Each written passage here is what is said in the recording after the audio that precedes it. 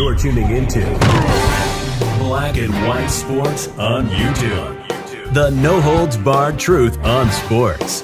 The main event starts. All right, Black and White Sports supporters. Well, I'm really trying to hammer these Monday videos, get them out, reaction to Sunday, fallout from Sunday, yada, yada, yada. And there was a couple of things. Shedeur Sanders put on one hell of a show yesterday. And it was the comments section of my video yesterday was rather interesting.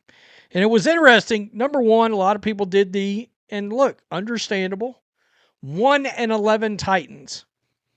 Yeah, except you got to dig a little deeper. The Titans are actually 18th against the pass in the NFL on defense. And he put 364. This is the perspective you've got to have. 864 yards passing on a more middle-of-the-road pass defense in his third actual start in the NFL. That's where the perspective has to come in. Third start in the NFL, he throws for 364 yards. I don't care if it's the last-ranked defense in the NFL, but it's not. It's the 18th ranked pass defense. So a middle-of-the-road defense in the air got shredded by Shedeur yesterday. And as of right now, and it's very early. But as of right now, it's going to get interesting for the rest of the NFL, evaluations, how they're conducted. If he turns out to be a starting quarterback, let's say he's even a top 20 starting quarterback by the end of next year, there's going to be a lot of owners asking strange questions of decision makers, et cetera, across the league.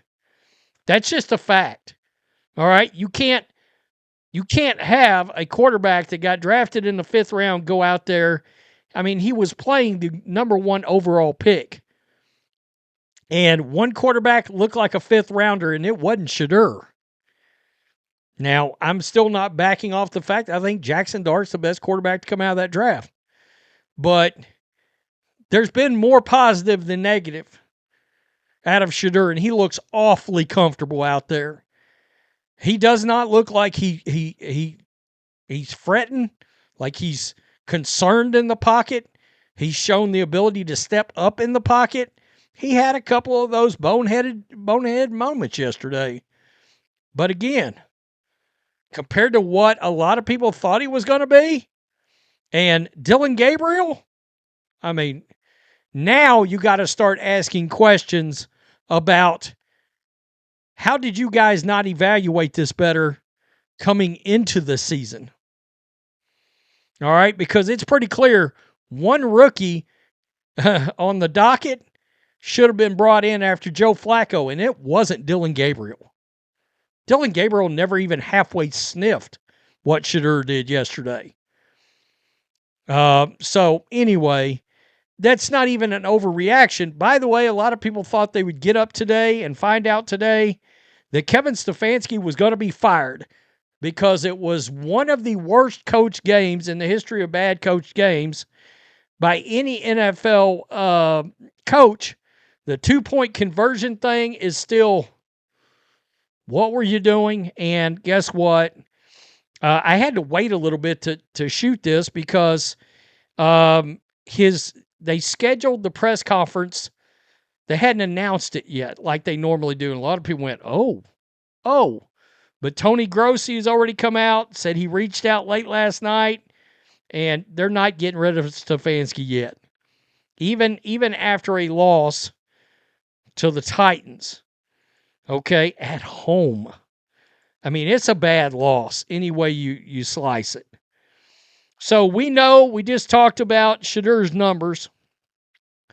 And yesterday there was this celebration. I had this in my video yesterday. The Titans defense trolled Shedeur Sanders with a signature celebration after forcing a turnover. So the entire defense, after a turnover, ran down there and did the Selly celebration, right? And A lot of people was like, damn, they're mocking the shit out of Shedeur. Well, Jeffery Simmons made some comments, and there's not the animosity I think people were hoping for. In fact, evidently, he's a pretty big fan of Shedeur, and he's a really big fan of Prime. So here we go. The jawing with Jeffery Simmons, and they jawed the whole game, Shedeur and Jeffery. The Titans star acknowledged Sanders' performance with praise afterwards.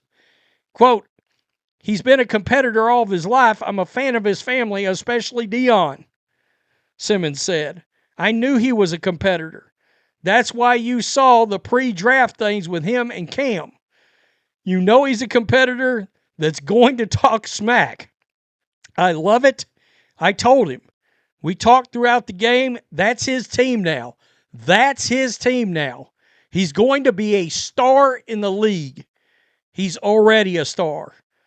You enjoy playing against a guy like that who can give you lip and smack talk back.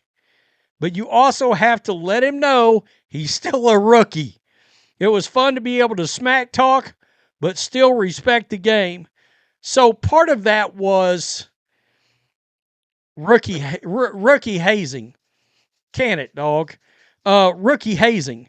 We got people literally cutting down trees that are like 100 foot tall next door. Quote, this was what Shedeur said about the game. I'm comfortable being uncomfortable. You got to understand that. That's just kind of the situation I'm in. I'm fine with that. I love that. My story and everything inspires people to make sure, even if they're in uncomfortable positions and situations, to stay the course, keep that mental strength, and be able to push through adversity, knowing you'll be able to see the other side one day. So that's kind of, it is what it is. So there's that. Here's another thing I wanted to touch on. Deshaun Watson is coming back to the Browns next year, it looks like. It's unlikely he's going to play this year, by the way. So that's the good news. And he'll likely be on the roster in 2026. A relatively slow weekend 4 news cycle has resulted in multiple Sunday splash reports that confirm this reality. No, Watson isn't expected to play this year. Yes, he's expected to be on the roster next year. As to playing this year, the Browns don't want to lose any of the $44.27 million in insurance on the $46 million compensation for 2025. As to being on the team next year, the Browns don't want to trigger a significant acceleration of cap charges based on the manner in which the Browns have kicked the can via restructurings. The $46 million for next year is guaranteed. He'll be on the team. It would be foolish not to let him compete for playing time, even though Jimmy Haslam has already declared the move, quote, a big swing and miss.